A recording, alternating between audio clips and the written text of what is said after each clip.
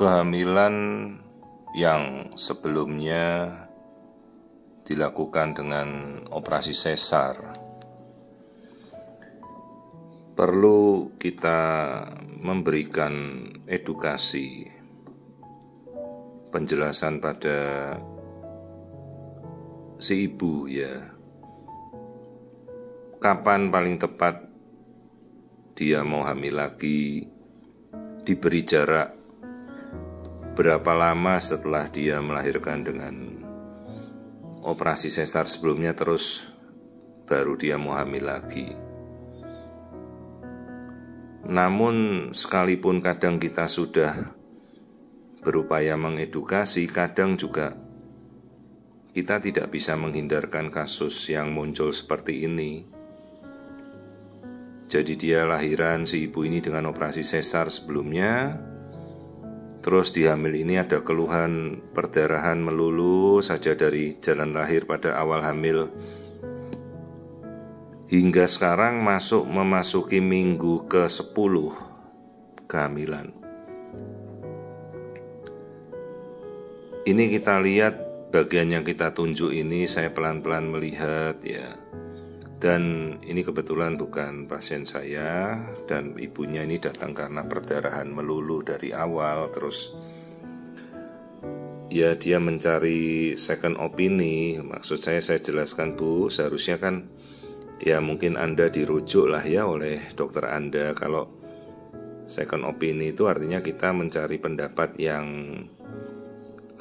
selevel pada sesama sejawat gitu. Tapi kalau Anda dirujuk, maka Anda bisa berkonsul pada konsultan feto-maternal, ya istilahnya untuk referral ya, di refer untuk kita tahu lebih lanjut gitu. Jadi kita bisa bertanya untuk kita pastikan ya. Dan ini begitu saya melakukan pemeriksaan, ini kita nyalakan aliran darah atau pemeriksaan Doppler pembuluh darah.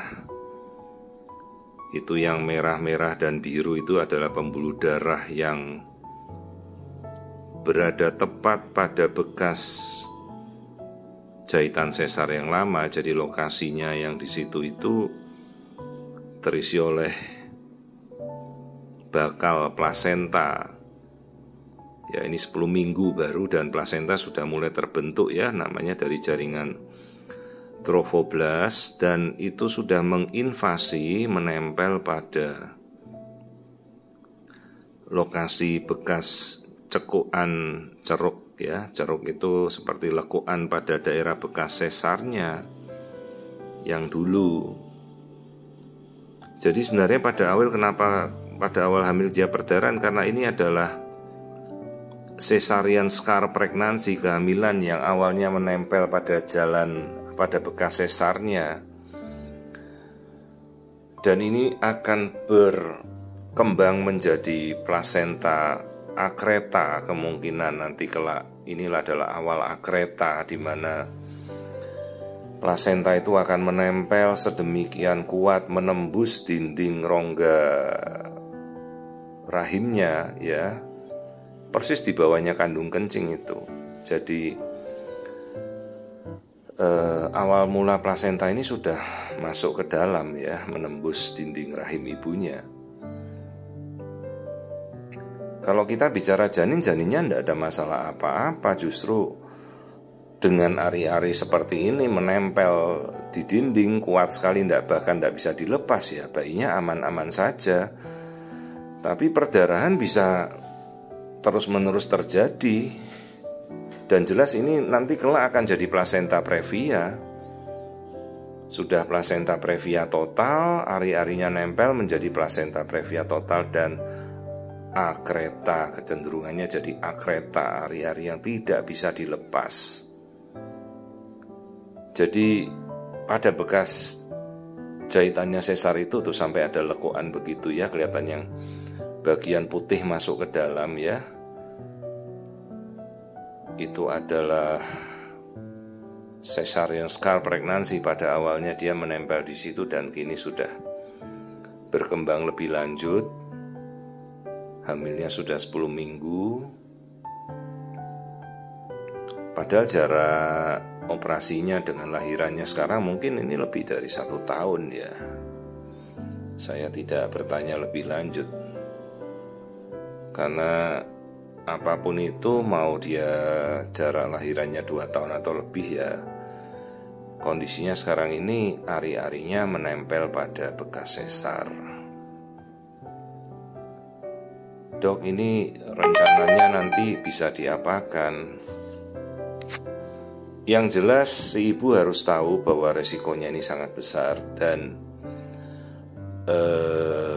dokter yang menangani harus tahu ya, dari awal hamil harusnya sudah bisa dikenali cesarean scar pregnancy seperti ini. Dan ini jelas ya, begitu dengan kehamilannya berlanjut ya, pasti ari-arinya semakin matang, semakin kuat, masuk ke dalam, menembus dinding rahim, bahkan bisa menembus kandung kencing ya, invasi ke dinding kandung kencing.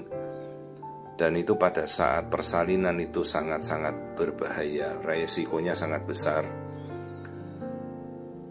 Perdarahannya bisa sangat dahsyat ya. Dan itu benar-benar harus dikuasai, bagaimana teknik kita bisa mengangkat rahim